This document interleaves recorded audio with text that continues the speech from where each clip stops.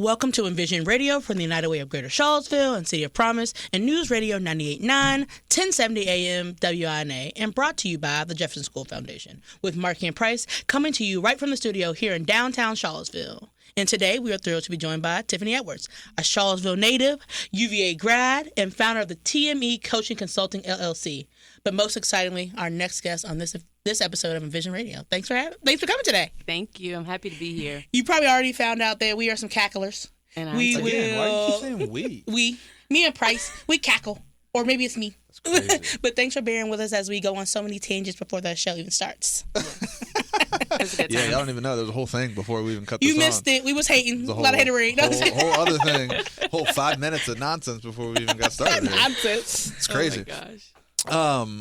So let's get into it. Let's talk a little bit about growing up. And so I think I say this every time, but I feel like I need to. That this show starts in the same place every time, right? It starts with a little bit of background, where you're from, how we got here, and then becomes wildly unpredictable from that point. So all those questions that we sent you, We're the black holes I don't know that those get of radio. asked. Yeah, kind of. It just kind of takes on a life of its own. But we do always start in the same place. So let's tell us a little bit about where you're from, and then we'll work from there. Yeah, so obviously my name's Tiffany Edwards. I'm from Charlottesville, Virginia. I grew up here, went to Johnson Elementary School, came through the whole system, graduated from Charlottesville High School. And then I went to UVA, which was a different experience. Like demographically. Yes. Yeah. But it was a great experience, and so I graduated from there in 2009, and I just kind of went on this unpredictable journey of employment, and which ultimately landed me in HR, and that's where I just kind of developed a passion for helping others. And it's funny because a lot of people say HR is for humans, but we're learning that that can sometimes not be the case. And so I have just become very, very passionate about helping people, helping organizations succeed, holding the door open for other people to walk through. And that's where my organization was birthed. Why UVA? Man, I don't know. She's like, I can't think of one good reason right now. I did it. I went. No, I mean, it was a very prestigious university. I was accepted. I mean, I was accepted to Hampton, VCU, a bunch of other schools, and a bunch of other schools gave me a lot of money. But it just seemed at the time that was the right choice for me. Didn't you have a Hampton too? Yeah, I applied to Hampton. Yeah. Yeah, something about it. I don't know. HU. Rep, they said, not me, but the people out here. I kind of wanted to go to an HBCU. I'm from Orange County. That is a really wild beast out there, demographically, economically, racially. So I wanted to get out of that so bad. Mm-hmm. So Hampton was one of my top choices. VCU was one of my top choices, I didn't think I could get into UVA. So that was my reach. Everybody tell you do a little reach when you don't think it's possible, then it happens. And you must, if I reach for it and I got it, I need to go try it. Let's do it again. Yeah, let's talk about reach. I always remember how guidance counselors told me, oh, this is a reach school for you. This is you might not get in. Maybe you should go to PVCC. And then I'm looking like, what kind of thing is that to tell a student? A child. And that's why I'm so passionate about holding the door open for people, because I had a father who just looked at me and said, no, you're made for more, is essentially what he told me. Yeah. And I never forget getting the acceptance letter and waving it in the air. I would have sent that. I was about to say email, but I don't. It was harder to scan stuff back then. But I would have brought that into all of those offices and been like, I made a copy for you and you and you. And I should have, because he was literally like, that's gonna be a stretch. What is it with that? What is it with these schools and not encouraging kids to just become personally, the best my guidance version of counselor was themselves? dumb.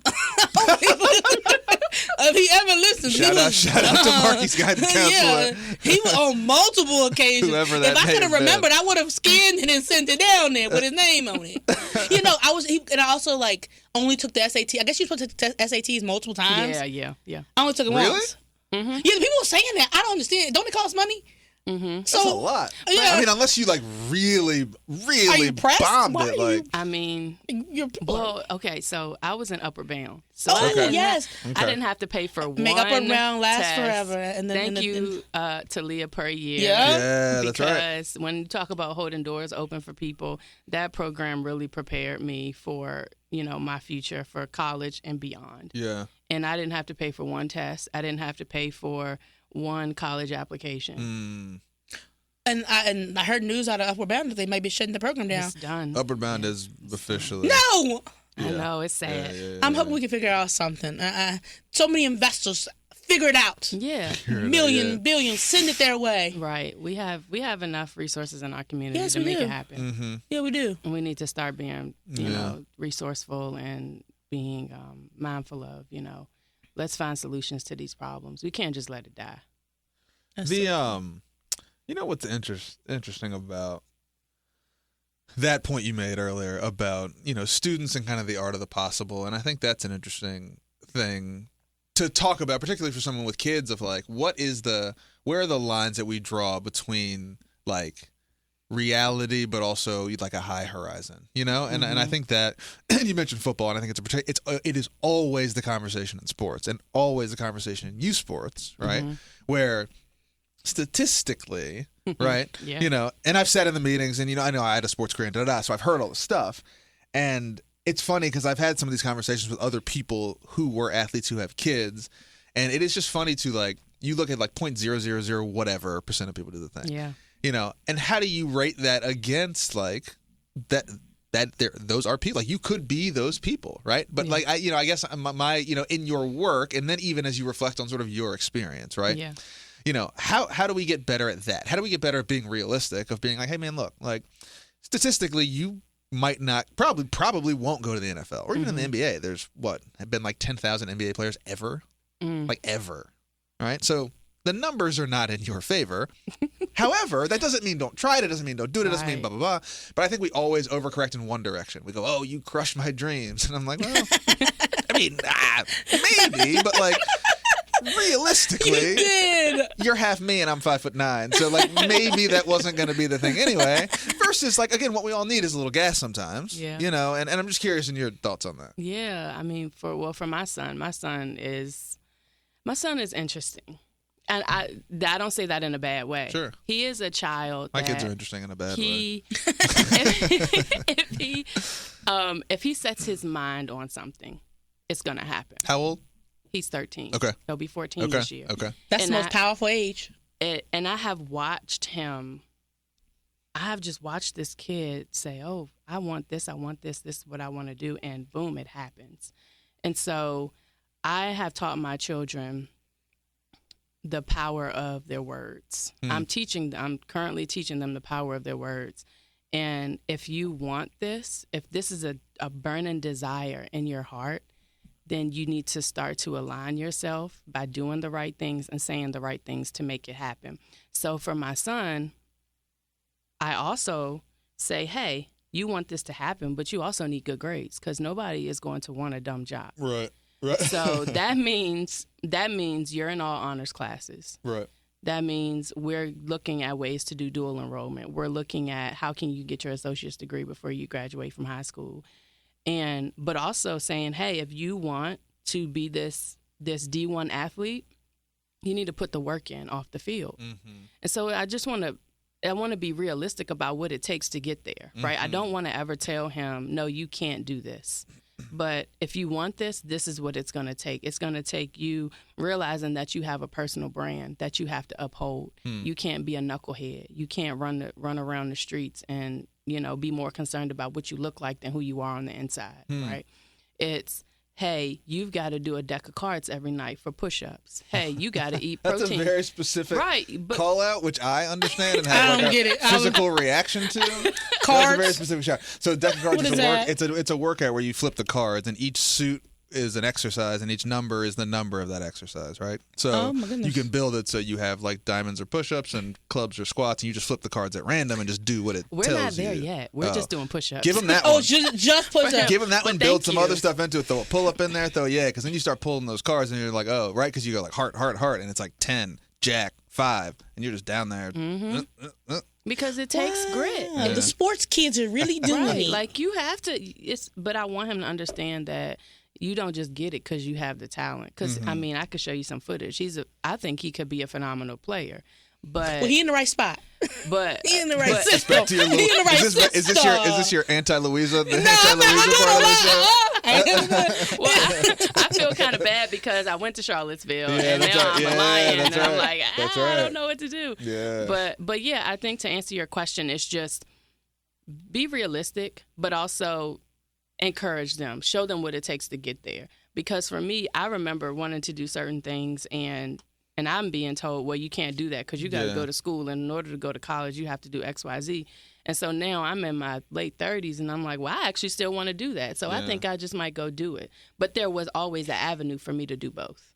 I've got a sort of bizarre question for both of you as it pertains to certainly the work that we do, and a lot of what you've done and talked about is that, when we talk about, again, sports being a thing that I know, but also just the world of like resources matter, And so how do we rate kind of the art of the possible with what the level of investment we can provide is, right? So we know statistically that particularly in sports, being mediocre and wealthy is better than being good and poor, right?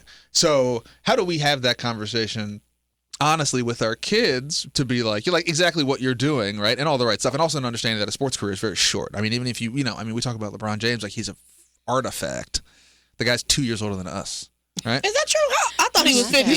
He's 40, right? That's what I'm saying.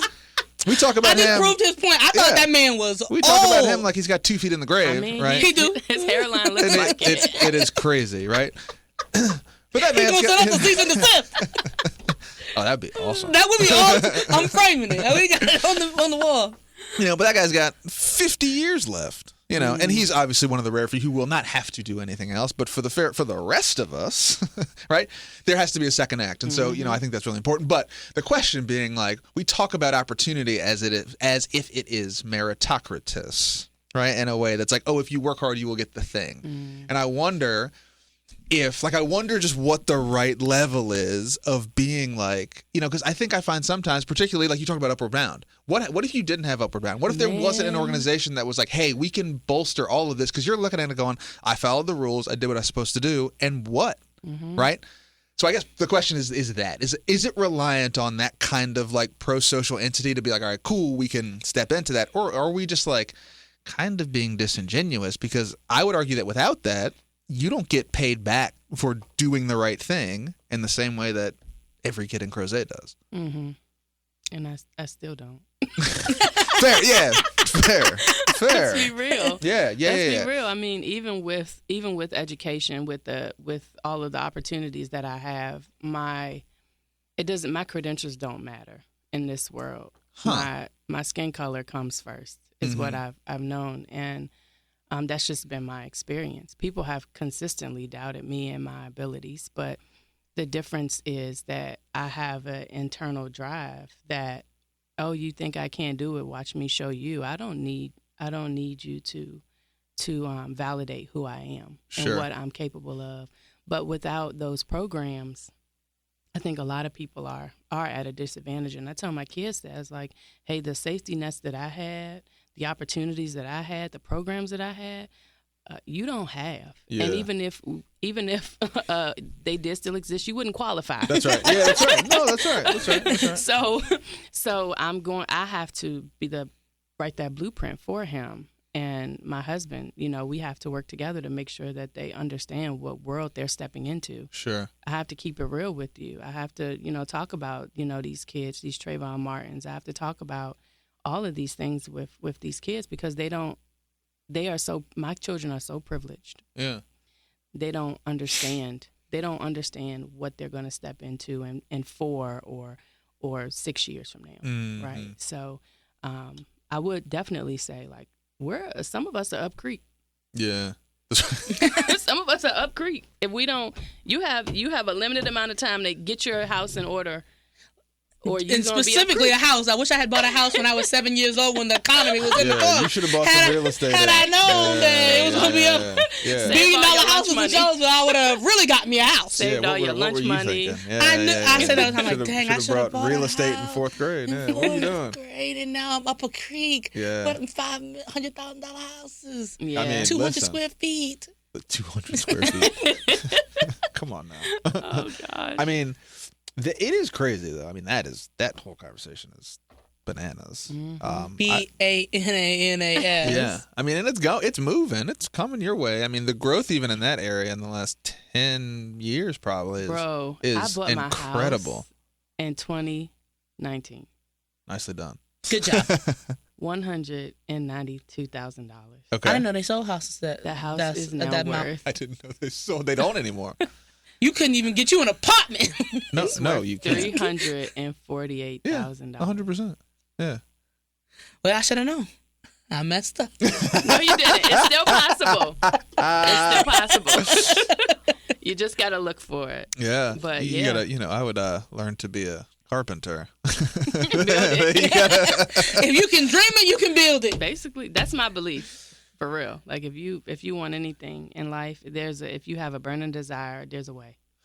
So when, talked about Charlottesville High School, UVA, talked about, raising your children to be inspired, what did little you want to be inspired to do? And were there people around that encouraged that and breathed life into you? No. That's never happened. That was a hard no. She said they told me. They said you're going to go to school, you're going to go to college, you're going to go get an education. You didn't want to be an artist? I wanted to do cosmetology. Okay. I really wanted to be a cosmetologist. Okay. My sister got a cosmetology degree. Yeah, she do a little hair, she do a little nails. And that was not an option. That was Okay. Oh, dang. Did he want you to go to, what is that, the building down there? Yeah, K-Tech. I went to K-Tech. Okay. For criminal justice. It's okay. You said Come K-Tech. on. They went down there and looked at the programs. Well, nails is on there, but no. I went to K-Tech. It was a hard no. I was like, I thought they did nails. I didn't even know they had. I don't know that I knew. I didn't know that. Yeah. I didn't know they had that many programs. I wanted to do cosmetology, and it was a hard no. But in hindsight, right, my parents were, they went to the Jefferson School growing up. Mm-hmm. Okay. So they were integrated into Lane. Yeah, right. Sure. And so from their vantage point, that was what my father said, all of my kids are going to school because I didn't. Yeah, sure. Because I didn't have that opportunity. It wasn't in the cards. My father grew up in West Haven. My grandmother later bought a house behind West Haven, which my brother owns now. And that was his dream for us, to be educated. We're all educated. My sister's an attorney. I have a doctorate. I have a brother who is the executive director at Montpelier. Whoa. What? Yeah. At Montpelier. the museum? Yeah. What? We'll get back to that. I helped launch that exhibition out there. Oh, okay. Yeah, let's chat. We got to talk about that. Yeah. We got to do some Montpelier stuff. I love when the town seems it gets as small as I know it is. They've been up and down and back and forth, so we're gonna use this show for a little Montpelier stuff after that. Give him our contact information. He coming on next. He is. George, you hear that? You come right now. Let's do it. But yeah, so like from my parents' perspective and their lived experiences, that was what they wanted for us, and so. They wouldn't. I mean, that's valid. That's just what we did, right? Sure. And I'm glad we did, because I was about to say, right? Do we see what's happening right now? Sure. Yeah, sure. Like that 70-year window or whatever year window is gone for you to get educated, to get your house. To now you got to hustle. You really got to hustle for it. Yeah. Shout out to hustling. Shout out to hustling. So I'm glad we did that. Yeah. What So you mentioned UVA, and you sort of mentioned it in passing, and it was that for you? Was that a part of that story? Like, was it an addendum to like the prestige of it was hard to pass up? I was in 8th grade, and my dad was like, "You're going to UVA," and I was like, "I want to go to North Carolina. Okay, I don't want to go to UVA." All right. But again, we talk about the power of words, and that's just something that my son has it. He said he gonna do something. He does it. So it was your father? Your father said his words were impacting that. Prophesied over my life and said you're going to UVA. Get thee behind me, Satan. And I went. He said, "Oh, you going?" He was like, "I might." He was like, "Well, I'll put that in the book because you're going." He started writing thank you cards. Everybody who came to the graduation party. Oh my gosh!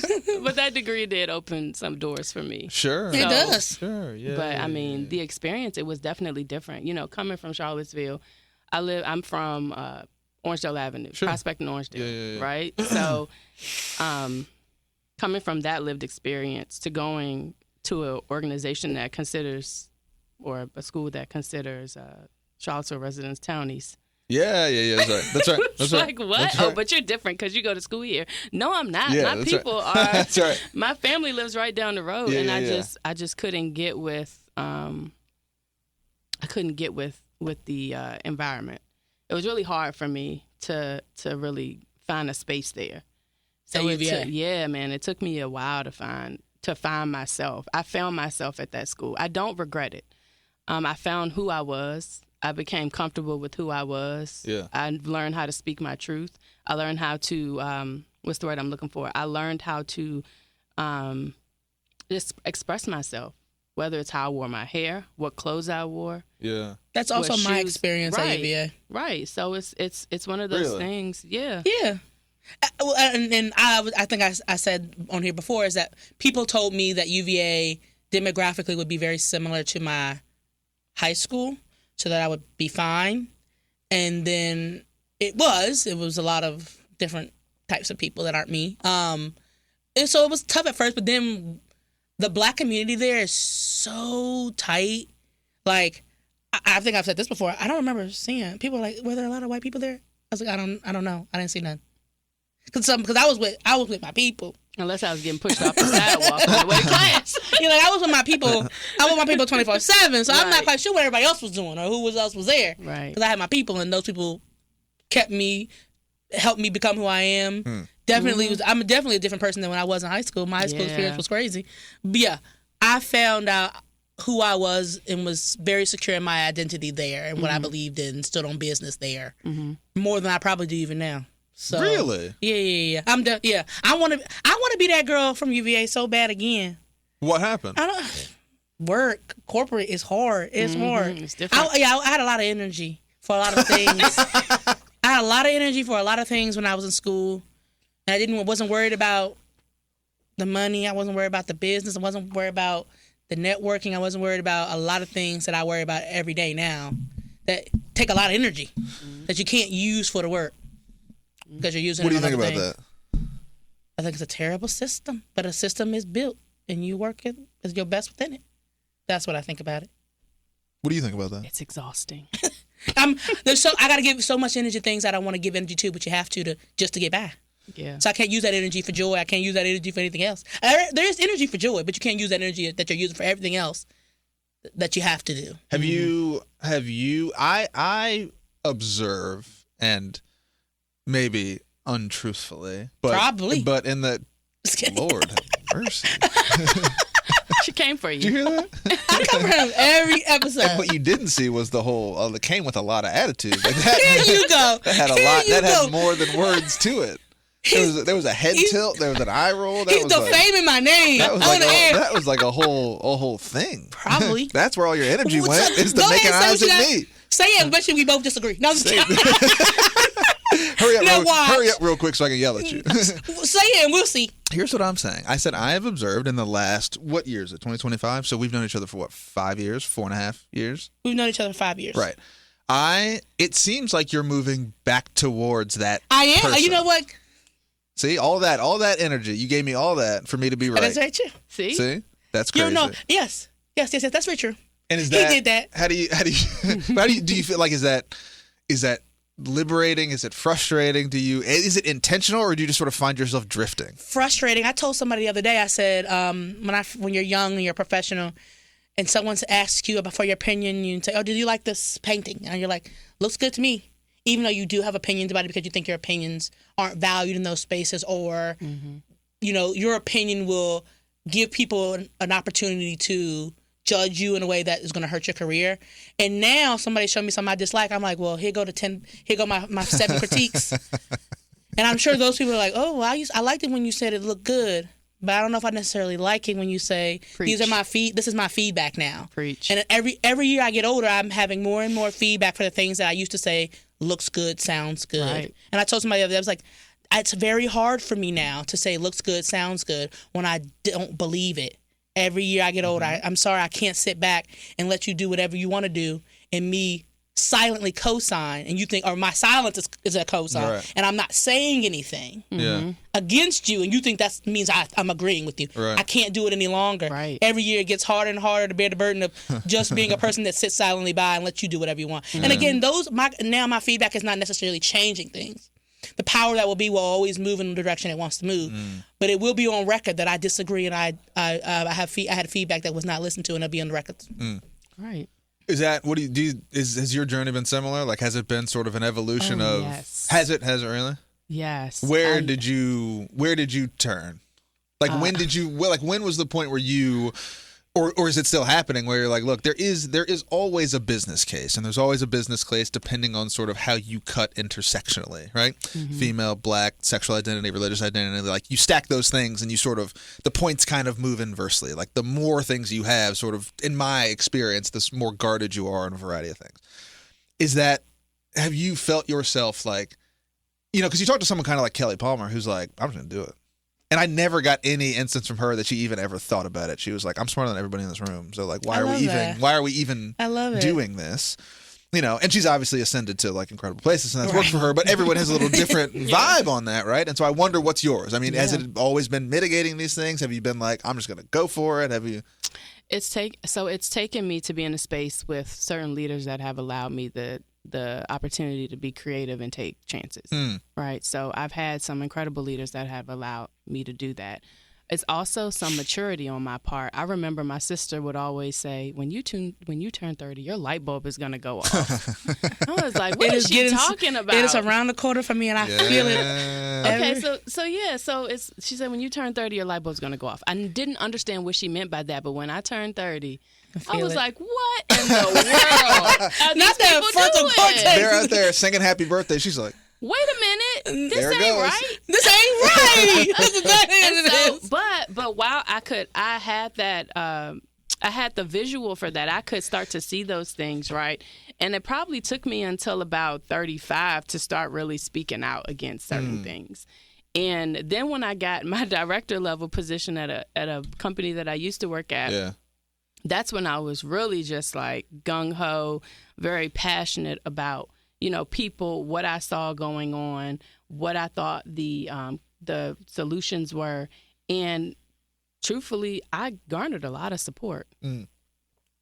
So in some situations, not all, let's be clear. but it's been a journey of maturing for me, really, and becoming into my own and being more authentic. Being more authentic and just accepting who I am within. And because like I go back to my parents' lived experiences and, what they taught us, I grew up hearing a lot of stories about racism. Sure. And injustice and things that happened on Main Street that nobody knows about, and all of these different experiences. And so that kind of marred my vision as I stepped into this predominantly white environment. How do I navigate this space when I'm coming from a place with that all I've heard about is injustice. Is that what I'm going to experience here? Yeah. And then also not being accepted, in certain spaces. And so it took me to learn who I was, and it took me to really just say, okay, Tiffany, this is who you are. This is who God created you to be. You just step into that. You stand in your power. You know the Almighty's got you, and you do what I've called you to do. And can you talk a little about your consulting business, and is that the feeling that came out of building that? So tell us a little bit about that. Yeah. So with consulting, I always knew I wanted to go into consulting. Did I think I was going to be consulting for myself? No, I did not. But when I got my master's, I started to develop this desire to, step into this nonprofit and small business space, because I recognize that these are organizations that do a lot of work, but are mostly under-resourced. So how can I step in and be a bridge builder for these organizations? Then when I got my doctorate, I learned a lot about leadership and what that meant in tangent with the needs of these organizations. And then while I was working as a director, it was just like, I'm doing this for somebody else. Why am I not doing this for myself? I'm doing it. I'm seeing the results of what I'm doing. I have significant expertise in this area over 13 years. So what am I doing? Why am I not doing this for myself? And so that just kept gnawing on me on the inside. And I just said, you know what, I have to start this business. So I started it while I was working after I got my doctorate. I got my first client, and then I just kept feeling a call to just go and build more. And so now I'm here. Now I'm here. And I mean, I just goes back to like trusting your gut and following your true north, I would say. If you are just jumping in, this is Envision Radio from the United Way of Greater Charlottesville and City of Promise News Radio 98.9, 1070 AM WNA. Price, Markey, Tiffany Edwards here in the studio. Big thanks to our friends, to our sponsors, Jefferson School Foundation. You can find them at jeffersonschoolfoundation.org. All right, there you go. So tell me a little bit about the help that you give these small businesses and these local nonprofits. What are some of the barriers you see for progressing for these organizations? For you personally, what are you seeing? Yeah, so what I see is just a lack of knowing. A lot of companies don't know what they don't know. And when your hands are in the thick of it and you're building and you're growing an organization and you're serving a community, you don't have time to do the work and to manage all the things that you don't know, because you have to sit down and you have to learn, right? And so I see a huge gap with compliance, which is costly. I believe it. It's costly just being compliant. Like, it can cost you if you're not compliant. I had a call with someone the other day, and they were asking me about interviewing. And, hey, like, I noticed these few things, and this is what I think I should say. And I said, I'm just glad that you asked, because most people would just say what they wanted to say, not realizing that if you say it to the wrong person, it's a huge liability. It's going to cost you your business. And that's not something that you want to play with when it comes to HR and when it comes to people. You need to be compliant, because you don't know who knows what. And some people are very litigious. Yeah. You know what? We're not saying some people are very. They will sue you. You know, you bring up an interesting point, though, because, again, it's not hard to start a nonprofit. Yeah. Right? I mean, I don't know. Right? I never started one, but well, I mean, just like actually the bones of it is like, Yeah. I have an idea, I want to help. You Right. can. That is all it takes, Yeah. right? And I think in a town like Charlottesville that's very civically active, we rely on. I've said this before. Like, we sort of operate on vibes, right? Of like, oh, you're trying to do a good thing, cool. Fidelity, who's that? You know? And so I think it's a really interesting point that you bring up of like, who are the people that can support like the actual business operations? I think there's a lot of people thinking about program design. There's a lot of people thinking about that type of stuff. There is not, to my knowledge, like the level of conversation around like the actual, I guess what you would consider like the unsexy parts of it that actually make the thing work better, right? And I think that might be wise, because it's not, you know, it's not the thing you raise money on. I don't go and be like, well, I'm talking to Tiffany and she really sorted out my bylaws, and they're like, cool, right? But it's incredibly important, right? And what do you find do people know that? Or is a lot of your work kind of educating people like, hey, your programs are great. You know, what you're doing out in the front yard is excellent. Have you taken a look at your closet yet, though? Like, you got to fix the inside of your house. Otherwise, none of this stuff is going to last. Yeah. I focus on the HR side. So, yes, your people are your most important asset. Right. You can't run, especially a nonprofit. Most of that is based on volunteerism. And you probably have a small budget for people operations that you can pay. But if your culture's not right, if you're not aligning with your mission, your vision, and your values, it's not going to last. Right. Because you're saying one thing and you're doing something else. have you found it hard to go in and upend a culture that may not have been in the best place, and people have done it? Sometimes it's about tradition. Some people, I didn't done it this way the longest, but no one feels safe to come and tell the leaders that things aren't working right. So, what are your biggest challenges with that, and how do you go about helping leaders in that space how to fix their culture to one that is safe for its workers? Because if your workers ain't safe, they can't do the best work. Right. It's really, so my mindset is you have to show the numbers. You got to show the data, right? So if you have high turnover. Yes. Nonprofit space does. It does have high turnover. But is it high turnover because of the environment? Is it high turnover because of the culture? Is it high turnover because of the leadership? Do you do survey? How do you do some surveys? You can survey people. You can do 360 surveys. I've done focus groups, and which I find to be very useful because you get a lot of information from focus groups that you're not going to get from the survey. Because of what? Because people don't trust People surveys. don't trust surveys. But why do they I trust have never focus trusted groups a more? survey I mean, once. it is true. And here's what I find. You know, my favorite part. Here's my favorite survey story of all time was early at the United Way, and I was the only male in the office, and they were like, "It's de-identified," and I was like, "You asked for gender." I was like, so yeah.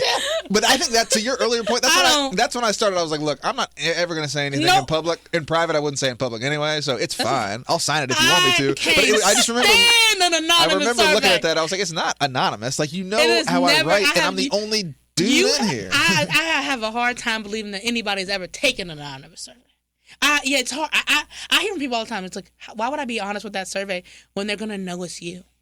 And they obviously don't want to say, because if you could say them things in public, you wouldn't need to write it down. So let me ask you that. What do you think about that? Like, what do you think about kind of this theory of anonymity and feedback? I mean, I understand that the purpose of it is to guard against retribution, and that makes sense. Mm-hmm. But it does seem fundamentally interesting to me that in a workplace, or maybe this is just a nonprofit thing. If you work for JP Morgan and there's 95,000 employees, you're looking for trends. You're looking for, 85% of people said that they don't like working in the office and want remote work. It doesn't matter that Janet and Jerry and Tom, whatever, like that doesn't really matter. But in the nonprofit world, when there's less people, there is no trend because each person, if there's 10 of you, it's 10% of the pool, right? It skews the large data set, but it does seem it would be more important to understand who said what, right? I don't know. Is that true? Is that not true? It just feels like, if the culture... You HR, do you trust anonymous survey? Well, no, but it just feels like if the culture is predicated on anonymity... You built the survey, you say, I don't know if I would even answer my own survey, for real. You are a trip, girl. You doing yours? Well, here's the thing. What I do is I use a platform where I literally get no information. That's good. The only thing I get is an IP address. And what am I going to do with that? I'm not a tech person. I'm not plugging that in anywhere. But... And you're a third party to these people, though. Exactly. I'm a third party. I'm not someone in the original third party. It was just a party. Right, but what I'm saying is that if you work for a big bank and you have 2 disgruntled employees and there's 20,000 of you, statistically, who cares? Yeah. Right? Okay. Like, fine. Go work somewhere else. I'll hire someone else. If you have 2 disgruntled employees out of 10, that's a lot. 20% of your workforce, right? I think it's important to know who that is, and not that and not just one of those we're playing Clue, like someone in here's mad, right? Because it matters significantly more, right? So I'm wondering if this whole theory of anonymity is actually antithetical to whatever culture we're talking about. Because shouldn't it be important that you be able to be like, yo, this is my beef, and it's professional, and it's presented in a way that's pro-social. How would a person do that without retribution, though? I don't. That's what I'm saying. I don't know. That's why I'm asking her. Don't ask me. That's why I'm talking to her. How do we do that? What are you looking at me for? Oh my God. She's got 9 degrees the feedback in this. groups are working. She's already cracked it. We got to do feedback groups. The surveys. Nobody's trusting the surveys anyway. So that's the thing. You need to be having these conversations consistently. Okay. There should never be a time when you are shocked that someone is not happy. Okay. You can I feel like everybody is shocked because they don't talk to each other. They don't have one-on-ones. They don't meet weekly. They don't do debriefs. They don't do performance reviews correctly. They don't do mid-year reviews correctly. Like, they're not doing it. They're not leading correctly. Here's the argument against that. Who's got time for that? A person who wants their business to thrive. Well, but who's got time for that in the nonprofit world, though? And that's the thing. And I think that's part of what I'm hearing is your value is that nobody who's out there really trying to do complicated and hard community-based work is let me take 3 weeks to organize all this stuff and sit with each of my employees for an hour and a half and da-da-da-da-da. Right. Well, and I think exactly. But I think this brings this interesting conversation around that kind of fractional support for nonprofits, right? Which exists here in certain spaces and degrees, but how do you? And I guess my question for your particular business is are there add-ons to that you see in the future, or are you this is my thing? Are you well, there's also because it's okay, well, a lot of these people also need tech support and accounting support and or resource groups. So that's more of an HR function, but tech and accounting, I will refer you to someone. Sure. Yeah. Sure. Yeah, I'll refer out for that at this present moment. But my focus right now is predominantly on providing support for the employee population, providing the fractional level support, getting in the weeds and seeing what's really going on in the organization. Do you have your operations set up? Do you have a system set up to manage your E-Verify? Like, Right. do you have your MOU signed for your E-Verify? Do you have an HRIS system? How do you recruit? How do you interview? Right. Like, all of these things that people don't think about that are really, really important. E-Verify is very important right now. E-Verify. Yeah. I've heard of that. Yes, when you hire, are you verifying? Are you doing E-Verify? You've probably done E-Verify as an employee. Okay. Maybe.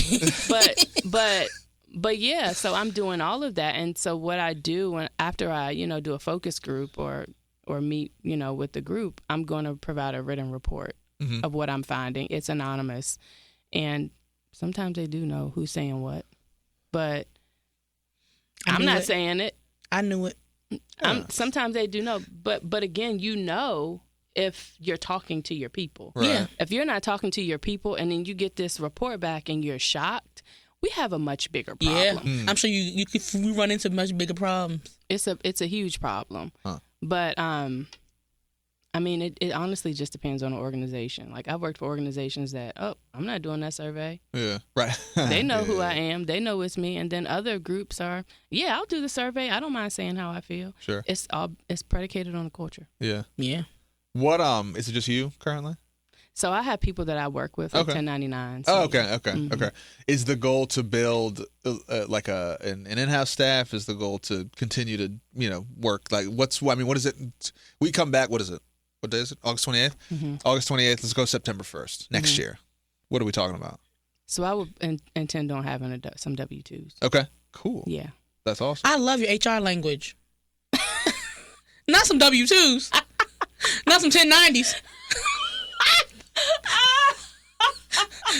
Everybody on the line like, God, what is it?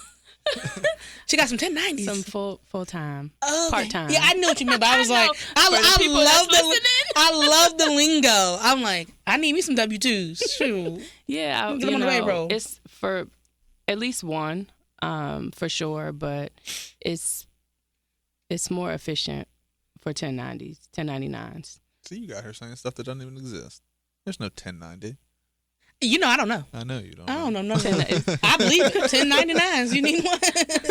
Well, yeah, because because then I don't have to worry about paying business. Yeah, sure. The taxes on that, that's right. and That's right. employment taxes. But yeah. So as I grow and take on more clients, I want to be able to provide a higher level of support. Yeah. Very hands on, very high touch. Okay. Interesting. And is that how has the transition been from, sort of this is a thing that you study and a thing that you're interested in and passionate about, and then a thing that you're doing, if I heard you correctly, while you had another job, to like, boop, now the leap, right? Is that exciting? Is it trepidatious? Is it? It's everything. Okay. Any emotion that you can imagine. Yeah. It's all of that. Do you like it better or worse? I love it. Okay. I love it because I can be present for my children. And I'm teaching them, a valuable lesson. And as they watch me build this business, my son is like, Mom, I want a shoe consignment business. Yeah. So we made the logo and we named it. Okay. I love that. Okay. He's like, Mom, I got to have time to work on my business. And my little one is like, I want to be a kid DJ. Like, it's like, okay. I love that. Yeah. So it's infectious in my household. Okay. And I want my children to build something. I want them to build something for themselves. And that's what I teach them. I was like, hey, you can go to school, you can get an education, you can be successful in all these different areas, but you have to build something for yourself. Build something for yourself that you can run and you can always fall back on. So, but yeah, the emotion, it's been a faith walk for sure. But man, it's been you're not walking by sight. You're walking by faith. Right. It's been very rewarding. Very rewarding. I had a question and I lost it. That's okay. Oh, Hold on. We'll give you a plug. Then you get your question. I'll buy you okay. some time. You can vamp for a second because we have to Say that if you are just joining us, this is Envision Radio from the United Way of Greater Charlottesville and City of Promise News Radio 98.9, 1070 AM, WINA, Price and Markey here with Tiffany Edwards. Big shout out to our friends, Jefferson School Foundation, proud owner of the Jefferson School City Center, where education, innovation, and community engagement come together to build a brighter future, dedicated to preserving and sustaining the historic Jefferson School, jeffersonschoolfoundation.org. What is a piece of leadership advice, if you could go back and give it to yourself as a child, would you give? Or any piece of advice, I guess. Not even leadership advice. To myself. To myself? Yes, just to yourself. I would say, to my younger self, I would say be authentic in who you are and make sure that you're aligned within, because you can't lead if you're not right within. Not to quote Lauryn Hill. But say, I was like, when you ain't right within. I was like, not to quote Lauryn Hill. But if you are everything not, is everything earlier. There you go. Yeah, there you go. It's one time. Oh my gosh. But no, like seriously, if you are not right within yourself, if you have areas of deficiency, if you are a crappy person, if you can't lead people like that. You can't. That what's on the head affects the tail. And so all of that is going to trickle down and it's going to corrode your organization. You cannot lead like that. You have to fix yourself first. What that's pretty good advice. I'm gonna use it. You're gonna use it? You giving that advice to your younger self? I don't know what I would say to my Well, younger yeah. self. What would you say to your younger self? Girl, trouble ain't gonna last always. You gonna get out of here. I know that's right. Wow, you went a little religious with that. You gonna get out of this okay. place. I don't know. Orange was crazy. Okay. How young are we talking? What age were you giving that advice to yourself at? Probably middle school, high school. Okay. I was doing Is that 14. You were going Yeah. 14. Interesting. Okay. I can't explain the place. I don't. I have fond memories, but Okay. I also think the place was not good for me sometimes. Okay. It's just I don't know. I don't go back often. Okay. All right. So I think I needed someone to say this won't always be your circumstances. The people who don't get you right now, that's not always how life is going to be. There are going to be people who understand you, and you're going to be able to be whoever you want to be, and that place isn't here. And are you saying you found those people at UVA? Yes. That's awesome. Interesting. Yes. And was that a diversity of people? Like, was that there Yes. were more different people in a Yes. school that big? Yes. It was more homogenous and not what I would say. Like, they weren't like you from where you were from. Yes. So you were like you didn't have an archetype in Yeah, your I was circle. sometimes the only black girl. I was Sure. in my class. Yeah, sure. Yeah. I don't even want to get into it. I get emotional. Okay. But yeah, someone put a pencil in my afro. What? Sure. Yeah. And I would have put a fist in their eye. Yeah. There were things like that Yeah. that I can't get over, even as an adult. I Interesting. find myself Okay. thinking about the things that I went through as a child in Orange County, and it makes me emotional. Yeah. Interesting. And I got to UVA thinking that maybe it would be the same. Because people told me that demographically it was the same. Like, Sure. there were Which less. is statistically yeah, true. it's true. But when I got there, it wasn't 20 of us. It was 200 of us out of 20,000. Yeah, well, I mean, 200 more people that look Yeah. like me will change your circumstances. Yeah. Sure. Will change how you see yourself Sure. Right. Okay. in a positive way. Sure. So I would tell myself that you won't be in this predicament forever. You won't always feel this way. Huh. That people don't understand you and that people don't get you and people are ostracizing you in a way that you can't comprehend. Yeah. It won't be that way forever. Yeah. What would you tell your younger self? I'm a soccer star. Keep kicking those soccer balls. Yeah. Man, I think there was a lot of, young me had, and a kid who, again, was not, like, didn't have trouble, but, found trouble from an identity standpoint, and I think that was my whole Yes. thing, was trying to be a lot of things that I either thought I was or wasn't, or that people said I was or wasn't, or that I read about myself, this, that, and the third, and so I think that, there would have been my, like, introspection came late, like at Montpelier, when I was probably 27 We all have to have it. or Don't matter 28. when. And right, and so I remember, and I don't know if you know Hannah Scruggs. That sounds really familiar. her Horace Scruggs is her dad, and so anyway, we worked there together, and we used to talk about this all the time of just like coming of age in a place like that, in an era like that for the town you grew up in was a weird experience to have as an adult when you sort of feel like you should be more fully formed. And so, that was sort of the beginning of this era for me, which now I'm like a dad, and now there's all this other, right? So all of that to say, I think I probably would have told myself, sort of in your vein, to just like, part of the doing it is figuring it out. Mm-hmm. And even the stuff that, as you're moving through these things that don't feel like they fit, you're getting closer to wherever it is you're going to end up, right? And sort of like knowing what you don't like is part and parcel to figuring out what you like. Right. And so I think it would be something like that, of like, take from the experience what, it's only a loss if you don't take anything from it, and start to look at it like that. All the weird stuff, all the stuff that didn't feel like it was moving me forward was shifting the narrative ever so slightly. And I think I'd say the same age, but I would probably go slightly later. I think I would go like early 20s. Even though that's when you had your era shift? No, it was late 20s. Oh. So like early 20s, like, I was playing, I was all over the world, I was playing soccer, I'd come back. There was a moment there where I was like, I don't know what I'm doing. And that was like, I was like, I'm not playing sports anymore. I'm not like, who do am like I? Some entry-level job in Charlottesville. Like, what is this about? And, but I think there was something to forward motion of like, try some stuff, do some stuff, get fired from some stuff, try some other stuff. And look at you now. My hit rate is surprisingly low. But yeah, I think that's an interesting exercise to think about. It's hard to do that because where you ended up, or where you are now, right? Yeah. So I don't know if that would have been good advice for me then. I don't know if it would have helped, right? That could have put me into anywhere. But I do find that particular journey to be valuable, and certainly interesting. Is that the same advice you would give your kids? To be authentic? Yeah. Oh, yes. Okay. That's universal advice. Yes.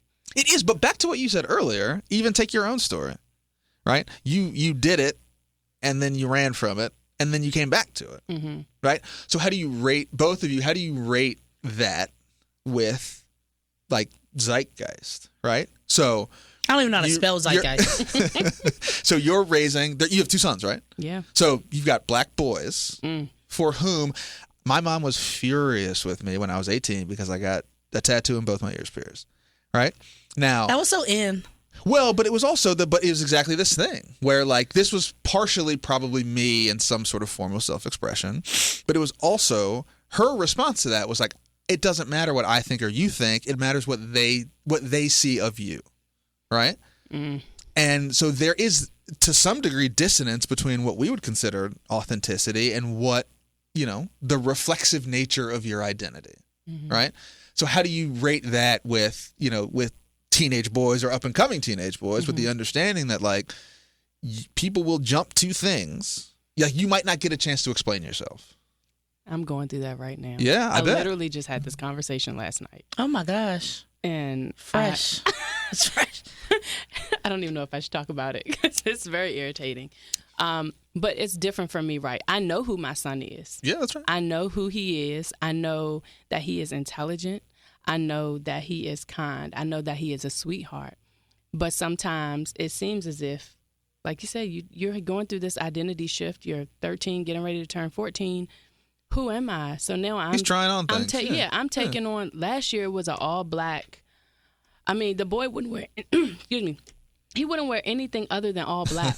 And I said, fresh, huh?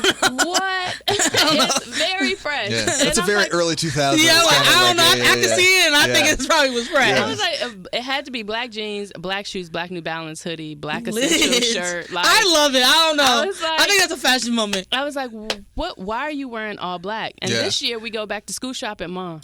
The fit's got to be tough. I need these pink shorts. Live in color. Period. What? And but what I'm saying is we're taking on all of these different things, and I keep telling him, hey, it's in alignment with what you want to become, right? So if you want to become this athlete, this elite athlete, sir, you can't be walking out here with this Nike face mask on your head with the Beats by Dre with the spray ground backpack. You look like a like you can't do that. He did it. But he did, and it really irritated my soul. But I was like, you know what? I'm just going to pray for you. Yeah. But one thing that came to me was you did the same thing growing up. You did the same Trying thing. to express yourself. Right. So Trying to figure out who you are. Yeah, let you go through this, but go through it in my house. Right. Don't get out my house and then start doing all of this stuff. And then I can't help you. Yeah. Like if you walk into something or somebody thinks that you're this and you're not, and you get into some mess, you 18, bro. Like I might be able to get you an attorney, but that's about it. You know what I mean? I mean, that's a big, by huge. that point, we're a bit cooked. But you bring up an interesting point, and I'm only saying this because we have talked about this a lot. Of like, with age comes wisdom, but with wisdom, sort of degrades. I don't know, maybe bravery is not the right word, but it's like at that age, he doesn't care about what's over the hill. He's just like, I want to do this thing. But there is some real, like, genuine. Like, there is something brilliant about that. There's a lot of joy. Where it's like, I know who I am, and I don't care what you think about that, and I'm going to do my thing. We need to get it back. But what is the relative, what is the math on that? Because you could look at that exactly what you're saying as a mom, as an experience and person who's like, all right, I get it, good for you, but also this. And then we get older, and we go, oh, I care what I would argue too much about what people think about me. Too much about what people think. And now I'm like posting dumb stuff on LinkedIn and wearing shirts and ties, and I hate it, but this is the thing I have to do to get to whatever. Right. And then at some point, but then you get to a point, you're like, you know what am I doing? What am I doing? Is there a way to normalize that? Or is that just how it has to happen? Like, do you just have to go through that? I mean, is there a point of parenting or coaching or guides where you're just like, look, some stuff you just got to do, and this is how this works, right? This is the progression of coming into your own. Sometimes you have to show up to the meeting with shorts on and get your hand slapped, but then you've got to figure out that, okay, you don't have to wear a suit, but like, is some of that you just have to do? I don't know. Most lessons are learned the hard way, for real. Yeah. You hope those lessons aren't too hard. But is that the hard? I mean, we say the hard way, and I get it, but like, is that the hard way, or is that just the way? I mean, I don't know that there's ever been a moment in my teenage years where my parents told me a thing and I did it.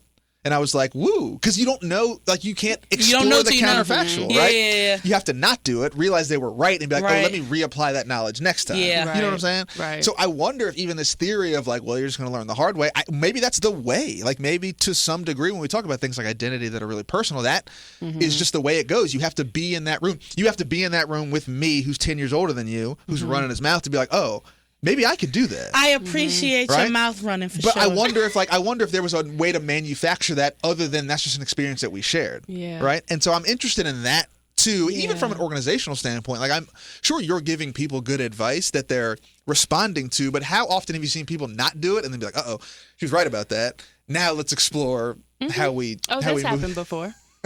And then I just sit back like, and I'm not going to say I told you so. But I love mind, I told you so moment. I'm not going to be disrespectful and say I told you so. I wait with bated breath for I told you so. But I also have an issue when I'm the person that's giving you the information and you not doing it, and then it becomes a dumpster fire, and then I have to clean it up. Right. We charge extra for that. We do. It's like when you in a limo, if you throw up, that's $300. Okay. So yeah, I mean, it happens all the time. Yeah. You know, people, there's no level of self-awareness. Some people just don't have self-awareness. Some people are so unself-aware. They just don't. They don't. Oh no, I don't think that's it. But it's. I don't know how many more numbers I could give you. Interesting. That say that this is what the problem is, and then your best person walks out the door, and now it's a problem. It was a problem 6 months ago. Right. Right. Is this all? How has it been running this business, building this business where you grew up? Is that? And I've asked this to other people, and I get a variety of answers. Some people are like, it's great because I knew people, or I sort of knew the game or knew where to start. Some people, it's like, it's kind of annoying because there was a legacy of whatever it was, where I grew up, or the things I did, or the things I didn't do. I mean, where do you fit into that? I think right now in this season, it's a little tough because I've been out of the scene for an extended amount of time because I was in school. Right. I was working. I was building a house. I was raising kids. I went it's through hard COVID, to get in, and it's hard to get out. Right. And Charlottesville's very transient. Yeah. So when you go and you come back, everybody's different. So you have to meet people all over again. That's a lot of that's true. And it's exhausting.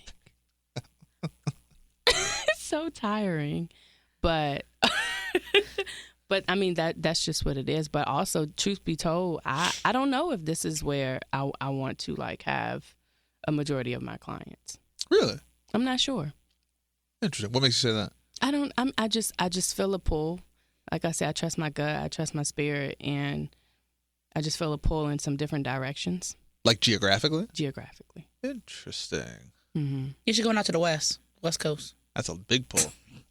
My sister moved from East Coast. Well, yeah, East Coast to West Coast. I can't imagine leaving the East. She loves it. Where did she go? L.A. Lord. North Hollywood. Wow. Wow. That's about as far as you go. Yeah, no, the time you went. pulls Yeah, you. you went. Yeah. He said, I want to see a different type of sea. Yeah. But that's why I always talk about the power of spoken word, the power of vision, right? Because it's something she put on a vision board about a year before it happened. And that's what I teach my kids. Like, if you really want this, it can happen for you. If you have a burning desire, the world will give you whatever you want, but you got to do the work. Mm-hmm. And I mean, she put it on her vision board. I mean, I do vision board events every single year. And I put stuff on my vision board. The first year I did a vision board, everything on my vision board happened. Vision boards are so cute. They're cute, but they're what's powerful. on yours? I have not. I probably made one when I was in college. It's probably the last time I made one. What would be on your current one? I cut out the word success in many different letters. I mean, like a murder, there's only murder she 4 wrote. letters in success. I know, right? but like each S, the S is from Not Angela the Lansbury. S is from the ebony. The U is from from different. dog, Okay, yeah. okay, So it okay, looks like okay. because success looks different. It could be in anything. It Wow. I think I cut out a house. Mm-hmm. Yeah. Okay. I think I would just be looking through the book. But yeah, definitely cut out a house. Okay. Shoot, maybe cut out a car too. Okay. Cut out. I would put the word family on there, and then I'd have something about work. What that would be? It's a mystery to you and me. Yeah. Yeah, something about work. You said early. You said you wanted to take over that business. This is Oh my this is years God! ago. Why did you bring that? Because that's what you said. Yeah, I think I do want to take over a business. Okay. And what business? I mean, and by the, honestly, you don't got to be at the top to take over a business. Mm-hmm. Oh, you're going a little House of Cards, soft power kind of thing. Yeah, I think I'm doing soft power. Okay. I like that. Yeah, I think that's where I need to be. I think that suits you. Yeah. Yeah. I'm not necessarily the front man, but I am behind the front man, moving the arms. Mm-hmm. It's a real puppet master kind of thing going on. What's on yours? So on Traveling. my vision board. Oh, how did you know? Yes, I want to travel. Okay. Yeah, travel is on mine. My business is on mine. The dollar amount that I want to make. Influence. Ooh, I would love to put that one on there. I'll put that one on mine too. Mm-hmm. Yeah, influence is on there. That's good. It's just a lot of spoken word and like being confident and, standing in your power. That's I might go home and make one. Yeah.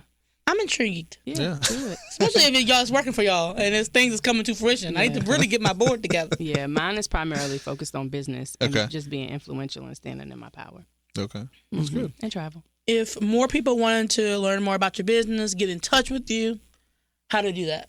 Yeah, so you can email me. It's Tiffany at tmecoachingconsultingllc.com. I'm on LinkedIn, and it's the same thing, tmecoachingconsulting.com on LinkedIn. And, check out my website. What are you looking at me for? No. Are you good? Yeah. You feel like we're gonna get in I'm a about good to look spot? up. I'm about to look up on LinkedIn. live as it will see if she accepts the request. Oh, I know. We'll see what That's happens right. live You in the don't have studio. to. Yeah. I will. Big thanks to Tiffany for joining us. If you have ideas for the show or want to get in touch with us, check us out on social media on all platforms at United Way Seaville, at City of Promise, or drop us a note at vision@unitedwayseaville.org, and make sure you check out TME Coaching Consulting LLC.com to get to work with Tiffany. We get support on the show from you fine folks. If you like what you hear, share this with your friends and your colleagues. Subscribe on your favorite podcast platform. And, of course, the best way to support us is to consider making a contribution to any of our wonderful local nonprofits, City of Promise, United Way. That's how we continue our business. And, of course, this show. What do we got? Day of Caring's coming up soon, correct? Yeah, Day of Caring is Wednesday, September 17th. kickoff breakfast at 8 a.m. at John Paul Jones Arena. We'd love to see you. Have the community out there. We'll be honoring our Volunteer of the Year award, which this year comes with an exclusive prize to be split between the Volunteer of the Year and the nonprofit that nominated them. So we're super excited. Yeah, bigger and better than ever. Lovely. And we will be live and in living color one more time because someone thought that was a good idea at the NBA Gala in October. So make sure you get your tickets. Tickets are available, right? Yeah, they're available. Make sure you get your tickets, and that'll be a fun event, and we'll be doing this thing live one more time again, hilariously. So big thanks again to our sponsor and friend, the Jefferson School Foundation. That is jeffersonschoolfoundation.org to learn more and stay connected. For Tiffany and Marky, this is Price. Make sure you listen to all other episodes. We will see you next week. Peace. Bye.